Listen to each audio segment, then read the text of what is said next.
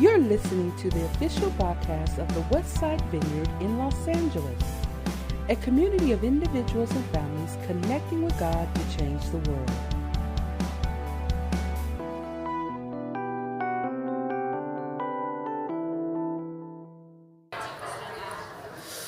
I want to just express,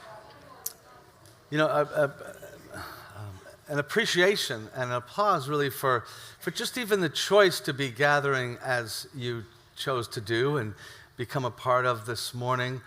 I think there's many things we can do with our time, and what we do with our time, like our other resources, really reflects what we think has great worth. And so every choice says something about what we give worth to, and I think it's a wonderful thing that we would choose to gather in this way. But I want to invite us to just think even more deeply about that choice to even come and gather this morning or weekly. Why do we gather weekly in this kind of way into some what we call like a worship service? We know that it's not gathering to church. Church is the people, and we are the church. But why do we gather and worship? People have done this and made this a part of their lives, the weekly gathering with others for worship. And if they were asked, why do you do that? There could be lots of different ways we might answer it. Many years ago, people, just kind of had a cultural element to it that eventually a lot of things got lost, and they might have just said, well, that's what good people do. Good people go to church on Sunday.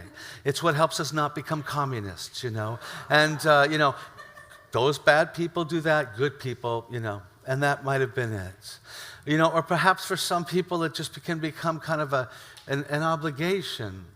Something I feel obliged to do, that I should do. And I do believe that we should gather and to honor God.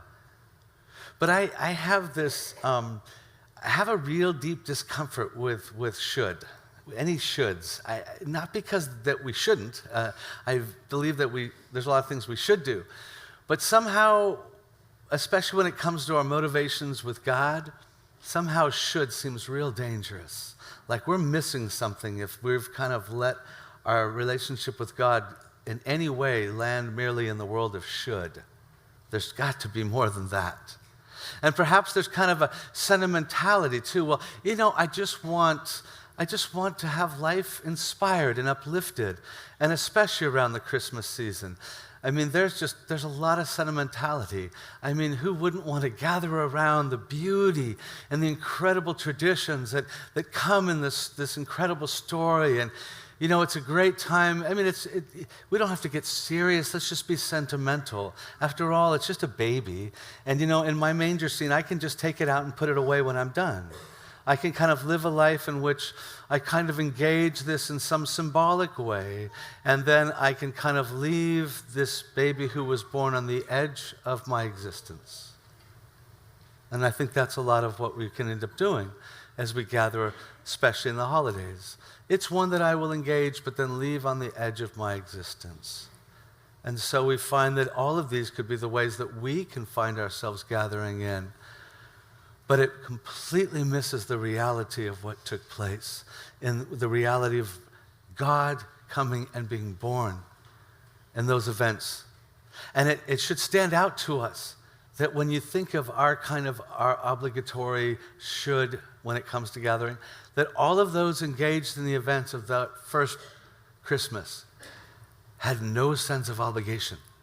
This was not about something they had to do. It was something they got to do. This was a profound sense of privilege. Think of Mary. When Mary becomes involved in God coming to become incarnate into humanity and the long-awaited history, she feels overwhelmed with what? Privilege. She's overwhelmed that God is engaging her, that the creator of the universe is engaging her in her body and in her life and in her history. And Joseph, who's, probably it's a lot of strange thing. I mean, the woman he's engaged with is saying that but Joseph realizes at some point, wow, I am privileged to be part of what humanity has waited for, my people have waited for and longed for, and I'm a part of that unfolding. And the shepherds are filled with a sense that they can't believe they got included. and that heaven has been announcing this to them. These lives and all of them were filled with privilege. This is not a got to, this is a get to. And we need to be able to find ourselves engaging that reality. And I think it starts in ways if we've got to see beyond just the baby. So we've kind of engaged this as a series of baby and beyond, that there's more to this. There's a bigger picture. And I think it helps us to understand what are those longings? What is our existence? How is God coming to meet us? And if he is, what do we make of it? For some, our existence, we may deem it to be purely a biological existence, that the only thing that there is just matter. We're not quite sure how any of that came to be, but there is it's just merely a biological life. That's all there is. And that may be where you might find yourself in that process. There are certainly many people who may see that, and it's just dust to dust. I think for many of us, though, that becomes hard.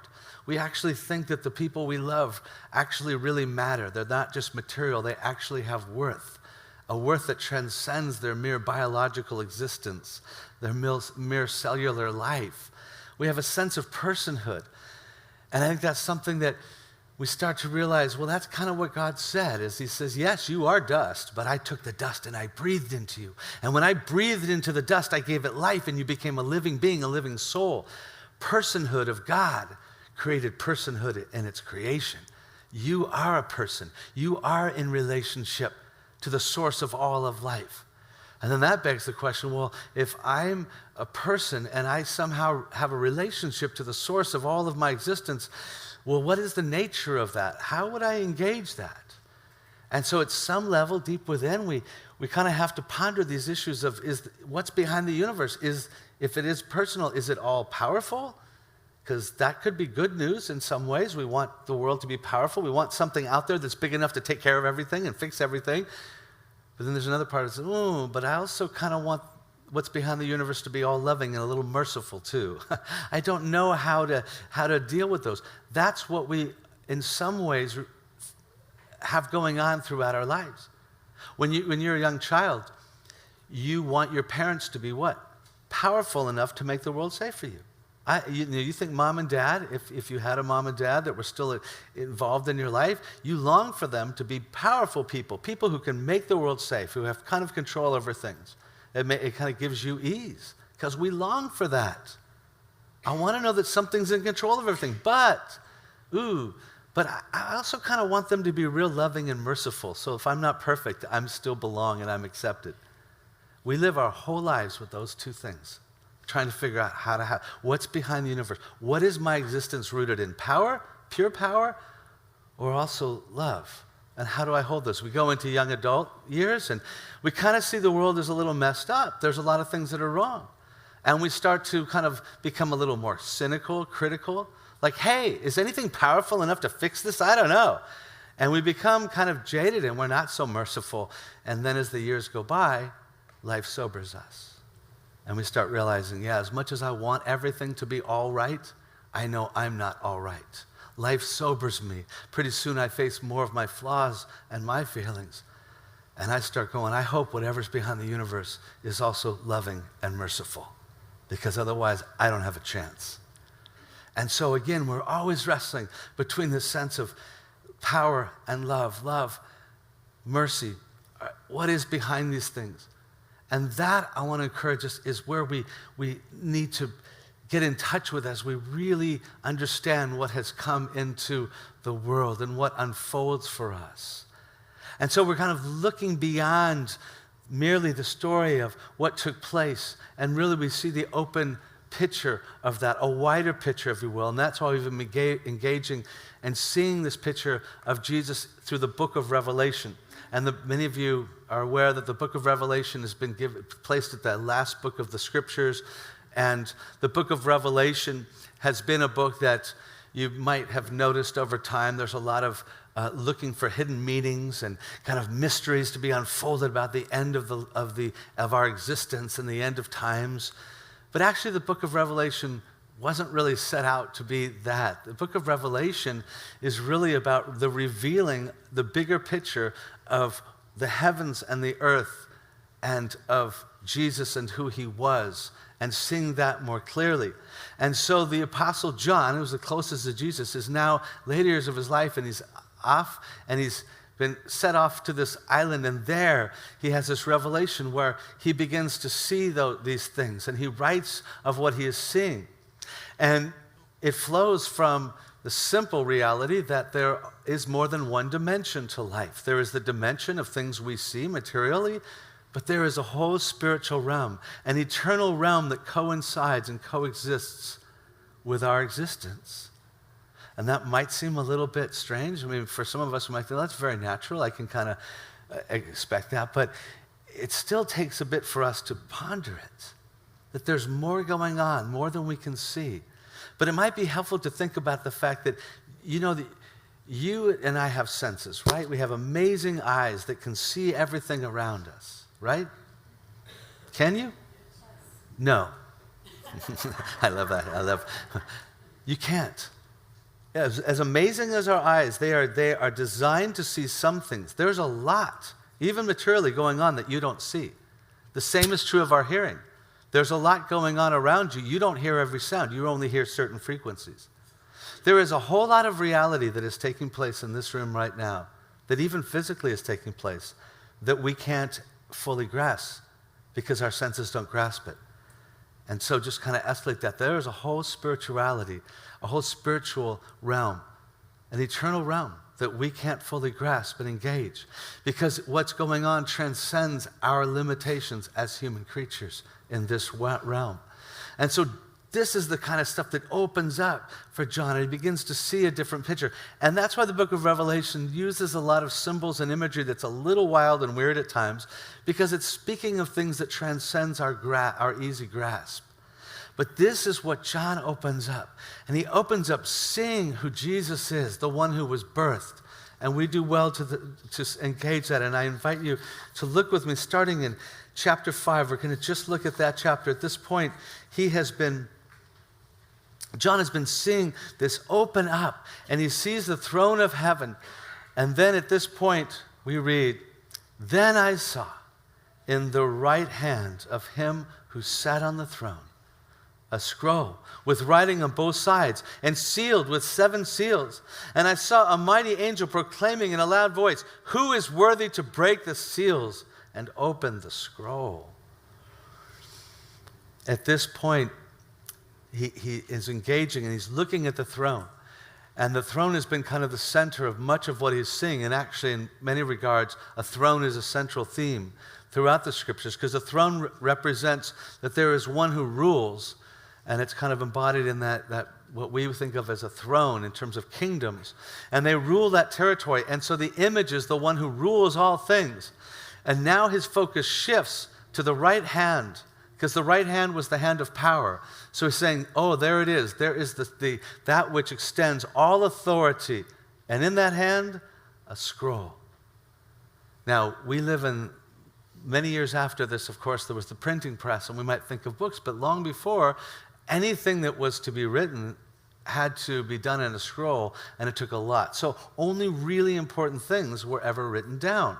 And those things had to be things that had to be testified to and sealed up, because only that held value such as that. So the kind of things that would be kept in a seal, with seals like this, would be things like the title, that somebody's ownership of somebody's right to have something, or to own it, or to rule it. Or it might be somebody's will. This is what I want to declare to be, somebody who had authority to do so. And so what is being seen by John is most likely really God's, if you will, the divine title to us. The divine title to all of existence is in the right hand. This is the title deed, if you will. It's also his will.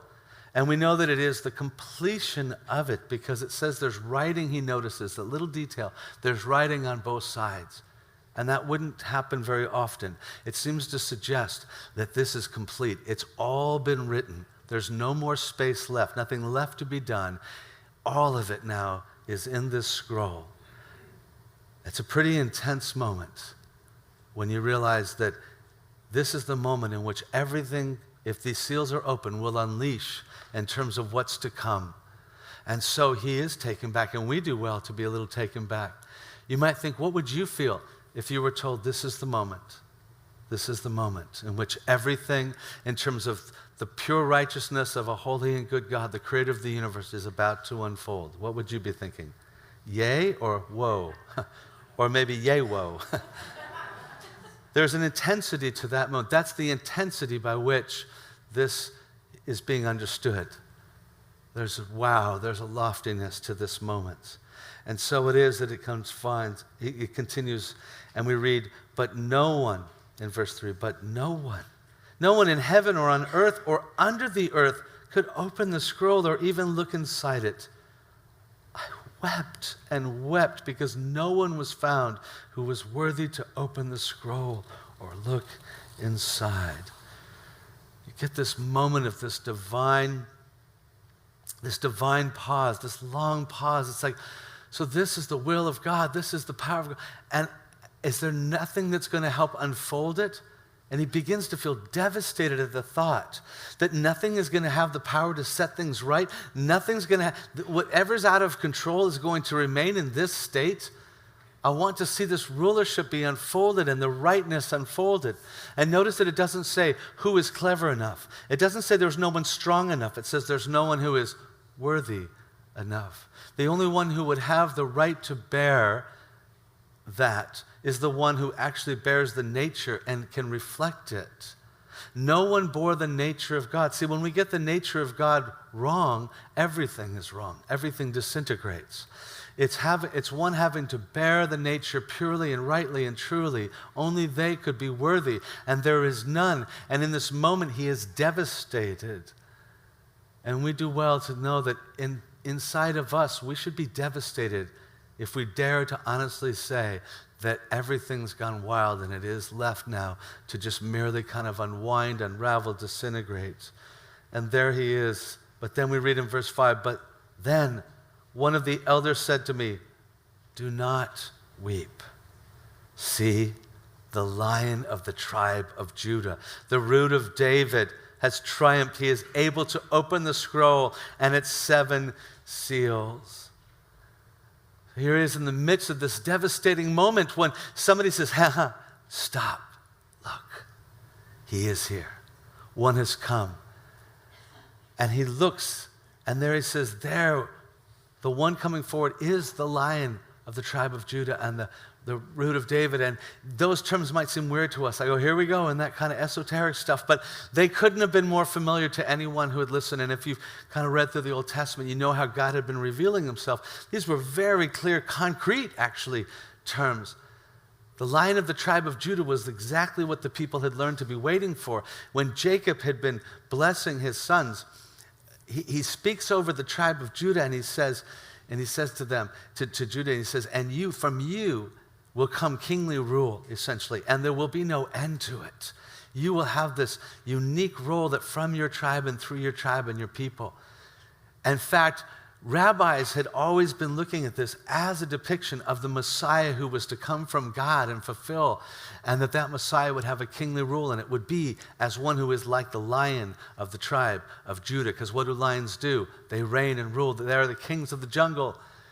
And then he goes, and would be the Root of David. He would be the one who comes to the Davidic line, because everybody had always looked and said, oh, the good times when things were more right was like David, but we want even a greater one to come after. So they looked to that righteous rule that would be like King David had brought to Israel previously, and one would come through the line, literally through the lineage. And that's precisely, of course, what unfolds in these statements as this is discovered. And so it is that he begins to describe this king that would come. He would be like the Lion and Judah. So he looks to that. And it says this in verse 6. Then I saw, what? A lion?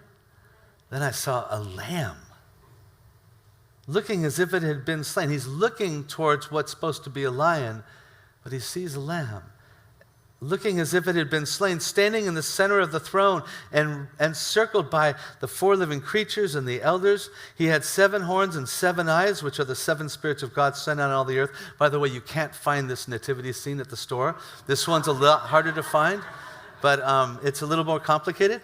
But anyways, if you can, let me know. He came and he took the scroll from the right hand of him who sat on the throne. And when he had taken it, the 4 living creatures and the 24 elders fell down before the Lamb. Each one had a harp, and they were holding golden bowls full of incense, which are the prayers of the saints. So he looks and he sees all these lives. I won't go into the details of who surround him. Most believe the 24 elders are the 12 tribes of Judah and the 12 disciples. Everything they represent, all the people, the representatives of all the people of God are in this. And I won't go into the other details, but at the center of it is what? The Lamb. And here you go, wow, he's looking for a lion. He sees a lamb. This is just a radical change. But notice, and you know, there is a big difference when we think of this, how they come together. But notice where this figure is. Where are they in relationship to the throne? They are at the center of the throne. And that itself declares so much to us. What we see is we see that in Jesus. In Jesus, the ultimate center of all things. That is striking. That the center of everything is there, and he is seeing it.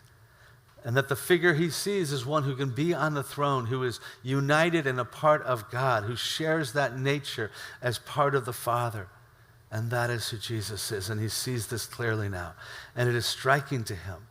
And this idea that God is at the center of all things, and our existence in the whole universe revolves around and emanates from him. That's something that might strike you as, some of us maybe as natural. We might think, well, you know, it's a mystery and it only makes sense. Everything has a center. And you can look up, science right now says we have no idea what the center of things. There's no real theory of the center of things. It's kind of become even more and more of a mystery. What is the center of all the universe? It makes sense that there could be a source in living, and the source of all things would be the center of that. But there's another part of us that might wrestle with that. We might think, I don't know, because we're told that there's something in our nature that defies the idea of God being the center of all things.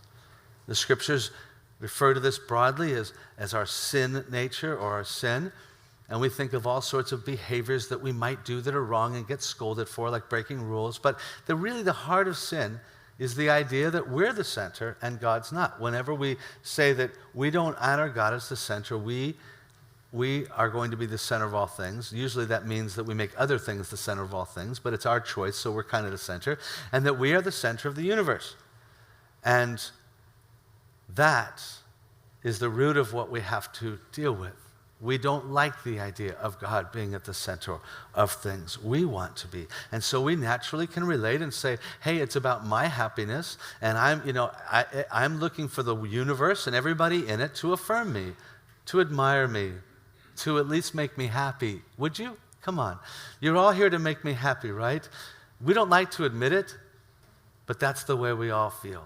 There's a little part of us that kind of does feel like we're the center of things, or wants to. Let's say at least we want to be the center of things, okay? Can we get that honest, you know? We kind of feel a little more center, and that is called in the scriptures sin. It's called in terms of reality insanity. See, because it doesn't exist.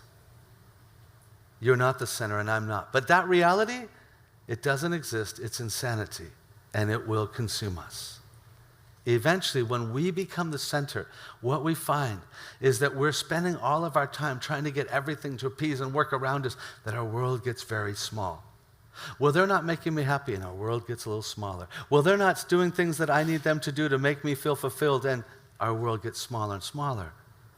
Now, God wants us to care about ourselves, and God wants us to, it's okay to have like self-interest, but I'm talking about self-consumption, when we really believe that we are at the center. And eventually, we begin to shrink, and we begin to shrink because we are making the center of the universe as small as we are, and it will get smaller and smaller and smaller and smaller. I love how George MacDonald, one of the great classic writers from England, he described such a nature, and he described it as he described this woman, and how the woman, like all of us, can fall in love with our own shadow. He says she would be one of those who kneel to their own shadows till feet grow on their knees. Then go down on their hands till their hands grow into feet. Then lay their faces on the ground till they grow into snouts. Grow into snouts.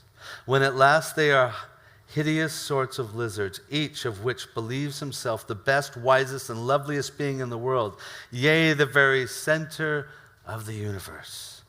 And so they run about forever looking for their own shadows, that they may worship them, and miserable because they cannot find them.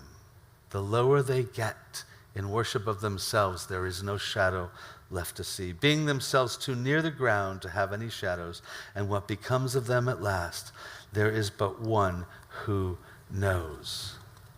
That is life when we choose to live separated from God. We have chosen to live out a life that does not exist. We will, in a sense, find ourselves in the outer darkness of life. This is what Jesus comes to save us from. He is saving us from ourselves and our own self-worship, which leaves us as those who can find nothing.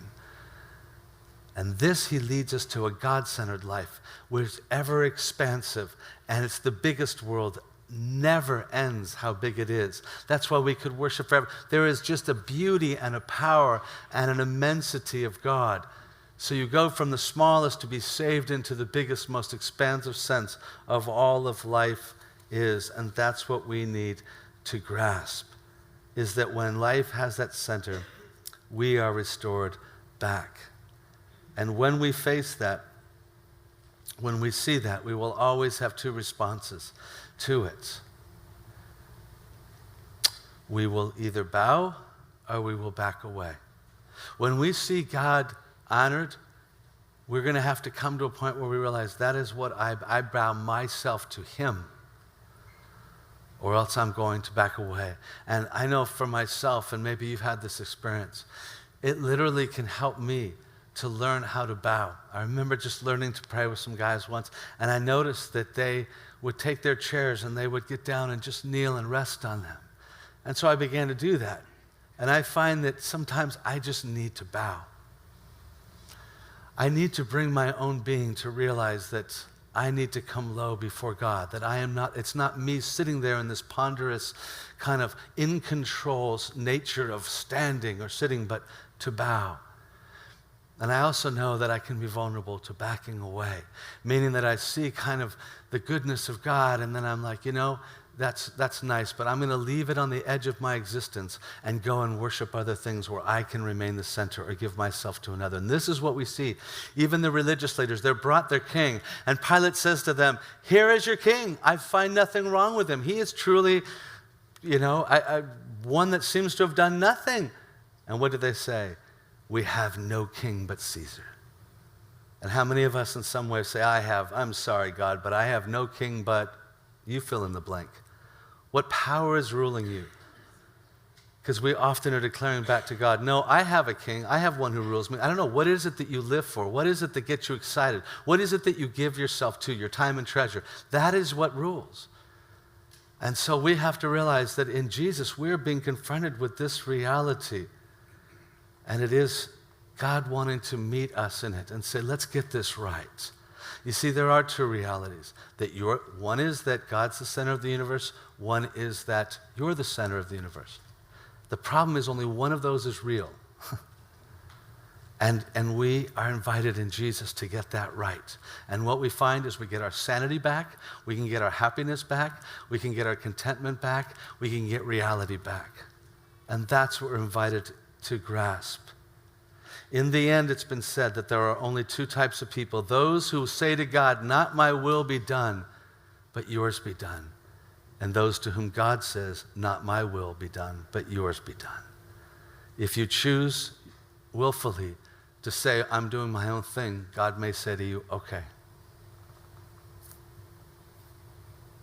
We have to make that choice. And in Jesus, we're brought to bear what is going to be real.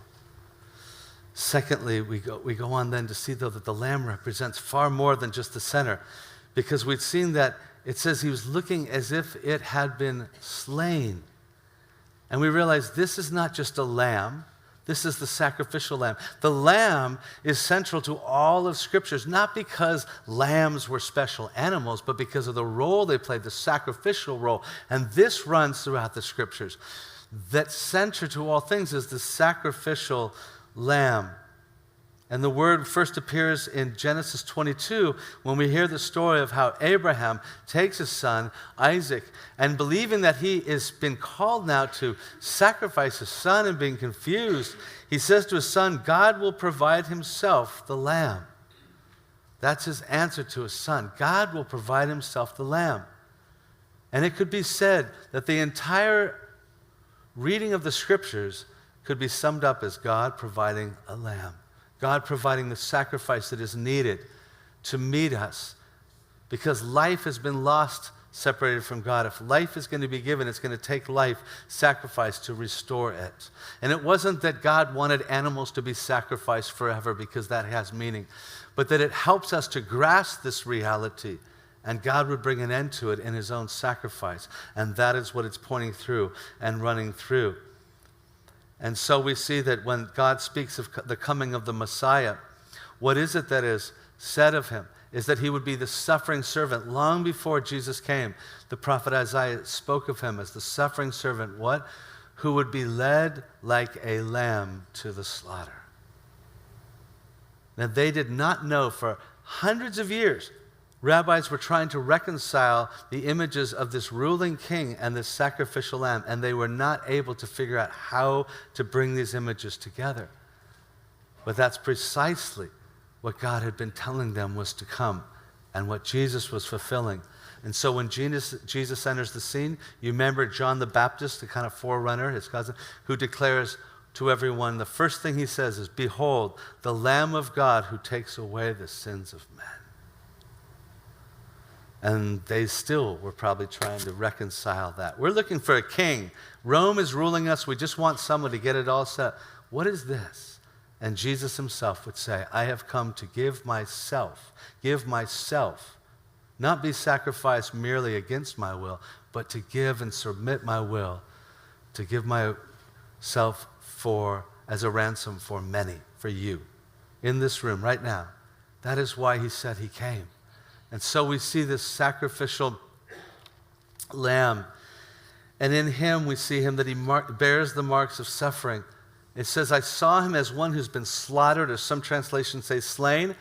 But then there's an irony that he catches. But he's what? He's standing up. How can a slaughtered lamb do I see him standing up? Because he is one who did rise. And it speaks of him as resurrected, that even though he's been slaughtered, and Jesus, remember, told them after he rose, look, I still bear the marks. I am always going to be the one who's been the sacrificial lamb. Always. Why? Because it's part of God's nature. It's not just something God did. Do you get this? It's something God is, that he's willing to love you enough to sacrifice his self for you, to bear your suffering. That's who he is. But now he's resurrected because he's defeated, he's fulfilled that and set things right. And so he is there and he's standing. And here's what's most profound, is that we realize then that in this whole image and all of what's coming together, that there is not a lion and then also a lamb. There is not the lion who rules and the lamb who is sacrificial. There is only one. Now for us that's hard because we see things in opposites. And that has a lot to do with, I think, the way that we have such corrupted views of power or love. So we don't really think they can be reconciled. When it comes to power, power is what? Power is somebody who can use their control and their force to kind of make people do what they want done. That's who's powerful. They're the boss of the company. They're the military might. That's power. I want to be the one who can use force to make other people do what I want. It's fascinating that God is the one who gives up that kind of power. He has it, but that's not power from God's point of view. Now, God comes with the power to love, the power to sacrifice. And we think, oh yeah, but love's that soft stuff. You can't have power and love, but that's because when we think of love, almost everything we're thinking of is neediness and niceness, and love is neither. It is not neediness and it is not niceness. It's much more powerful than that. It's the power to give of oneself to another. That's love. The power to give of oneself to another. And that power comes from one who has ultimately perfected authority, strength, eternal security. All of that is what can then give. And so we see here that in Jesus, we see the ultimate perfection of power and love. The ruling lion who is the sacrificial lamb to save those who don't deserve it. And we see this coming, this incredible love that is it's power with love and love that is powerful, all coming together. And we have a tendency to maybe be much more comfortable if we could just make this impersonal, because it makes us very uncomfortable to be loved by the kind of love that is coming at us by the creator of the universe. So we'd much more likely say, oh, I just kind of believe in an impersonal power out there. I remember C.S. Lewis had, a friend who wrote to him and said, oh, I think that maybe it's more like electricity. There's a live wire out there. So don't mess with it. Don't do wrong, because you can get hurt. But it's more like electricity. And Lewis wrote him back and said, are you kidding? Do you think you've made this better? You've actually damned us all, because electricity does not forgive. No, this is personal. This is about one whose love for us is power, but it comes with not only the power to set things right, but to reach beyond the wrong and reach people like us, all in one. Power, authority, and love, mercy, that can engage us, that is willing to sacrifice for us. All of this coming together in him. As one way to put it, he roars with love. God is roaring with love. It is the lion who roars, and what comes from him is the power to lay down his life that only he can do. I like how C.S. Lewis again described this when he speaks of our kind of the way we want God to be kind of safe in his love, and there's nothing so soft or safe about it. He says, in awful and surprising truth, we are the objects of his love. You asked for a loving God, you have one. The great Spirit you so lightly invoked, meaning, oh God, come to me and just, on my terms. Well, he's present, but he's not a senile benevolence that drowsily wishes you to be happy in your own way. He's not the cold philanthropy of a conscientious magistrate. It's not the care of a host who feels responsible for the comfort of his guest, but it's the consuming fire himself, the love that made the worlds, persistent as the artist's love for his work. And he goes on. It is that kind of love that is engaging us, that is all power and all love. It is what every child longs for in the parents. It is what every human being, if they think deeply, I believe, longs for. To know that there is one who's powerful and able to make the world right and safe, and yet one who can meet them in all of their flaws and failings. That is what's behind the universe, and that is what's seen in Jesus. That is the lion who has now become the lamb, and that is the lion and lamb together. And so we must engage that and realize this is the love that's come for us. And we must realize, what kind of power do we really want? What is it we expect? Do we really want that power which is able to take a life, or do you want the power that's able to give a life and give themselves? We are so enamored to give ourselves to powers in this world that we think are somehow more in control. They could kill people, or they could rule people, or they could tell people how to dress. That's what we give ourselves to. Or do you want to give yourself to the power who's willing to undress themselves and be naked and die for us? You have to decide. But that is what the human soul is invited to. God comes and shows himself most powerful in his vulnerability, the perfections that we see in Jesus. And what do you do before such a one? I mean, before a good man who's getting applauded, you applaud. Before a bad person who's done wrong, a guilty man who's being executed, you feel tragedy. But what do you do when a good man is suffering for you? When a lion becomes a lamb, then you bow. You bow before it.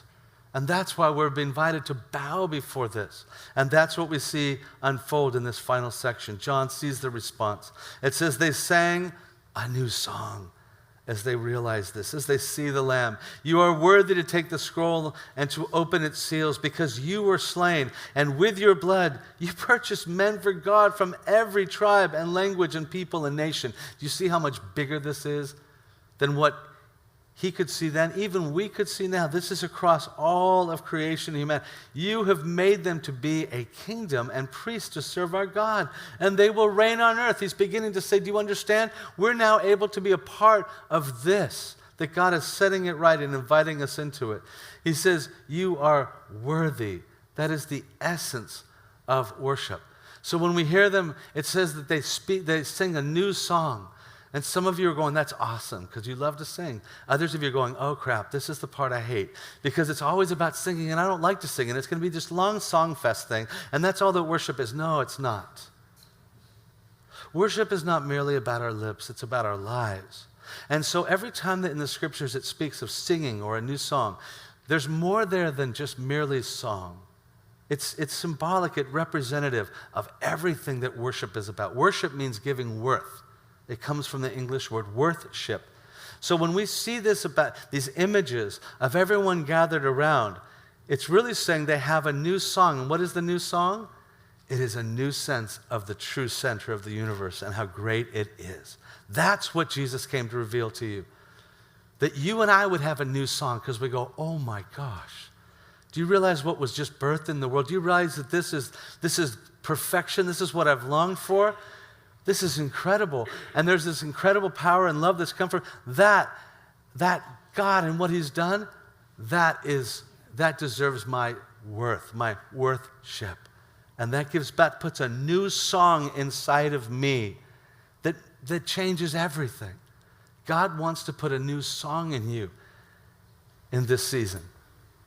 It's like all the Christmas carols combined, except some of those weird ones about Mama and Santa, those ones. But it's like the best and truest of everything emerging into our souls. So yes, we have much to sing about, but it runs deeper. It's about our lives. And so John begins to see this unfolding, and he realizes that, and I hope you get that as he goes on and he speaks of these people, he is not merely speaking of people who, it's not a picture of people who are going, oh, yeah, I guess I should go worship. These people are filled with awe and amazement. This is lives being caught up in something so great that they want to gather around it, because it's the saving news. They're saved from themselves. The future is set in motion. This is incredible. They want to gather around. And once again, it's a picture of privilege. From Mary to the future, it's all privilege. And so he goes on in those final verses, verse 11, it says, then I looked, and I heard the voice of many angels. It just gets bigger. Many angels, numbering thousands upon thousands, and 10,000. They encircled the throne and the living creatures and the elders. And in a loud voice they sang, worthy is the Lamb who was slain to receive what? Power and wealth and wisdom and strength and honor and glory and praise. Then I heard every creature in heaven and on earth and under the earth and on the sea and all that is in them singing, to him who sits on the throne and to the Lamb be praise and honor and glory and power forever and ever. The four living creatures said amen, and the elders fell down and worshiped. And here, you see, it just gets bigger. So like if you were even thinking of creating a nativity scene for this, I hope at this point you realize that's just off the charts. I can't fit this in my house. There's something unfolded, but notice it says, and forever and ever and ever. And what we see here and what John is realizing, what grasps him and is meant to grip us, is that he is understanding that in Jesus we see the destiny of all existence, the destiny of the universe, the destiny of our lives. From here on out, Jesus begins to break the seals and these things unfold. And through all the craziness that goes on through the rest of the book of Revelation, guess what? He always is holding the scroll. It never leaves his hand. He is always the one who holds all of the future of the universe and existence together. And he holds your future together. And there are all those, I don't know how it ends. I don't know how it's going to work out. Yeah, and there's a lot. He doesn't try to answer all that for you. But we see here that he has the ultimate destiny of the world. And that is what he sees, and he stands back. And the invitation for us this morning, the invitation for us is to be able to realize that we can come around Christmas and we can gather and we can think, oh, I'll kind of take up a little bit and then I will set God back on the edge of my existence. And I will take him out of the nativity, I'll put out the nativity scene and then I'll put it away like I do God. Let's get honest. I do that. I can kind of I think I'm bringing God into my center and then I take him off my center. And here's the reality we capture with John. It's all a lie. There is one center, and it's for me to decide whether I join that center. You are not the gravitational pull of existence. He is. You can join and come into his orbit, but if you're waiting for him to join yours, you're going to be very frustrated. And John sees this clearly, and he realizes, oh my, it's so much bigger and better than I thought. It's bigger and it's better than I thought. Nobody gathered that first Christmas. Nobody gathers in this picture out of obligation. Now, there's a time where, look, I kind of grow kind of spiritually in a malaise and I'm not really connecting with God well, and maybe I need duty to lead me. I need obligation to maybe move forward and engage God. But at the end of the day, would you please join me in agreeing that there's a lot more than merely I should worship? That is not the place to end. This is not I got to. This is I get to. Amen? Let's stand and let's worship together. God, we thank you that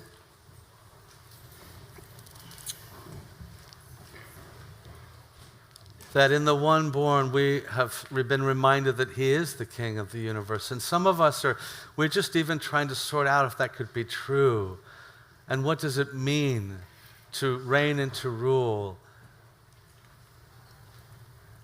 God, I pray that your Spirit would go deep into our hearts, because some of us do realize there are longings that nothing is meeting. We have tried to define our existence purely materially, or purely with ourselves at the center, and we need to be awakened. So we just invite your Spirit to awaken in us our souls. Awaken in us to discover that truly the Lion is the Lamb, that you are all-powerful and you are the one who meets us in mercy, and that nothing could truly satisfy us more, and nothing truly deserves our worth and our worship more. And we worship you.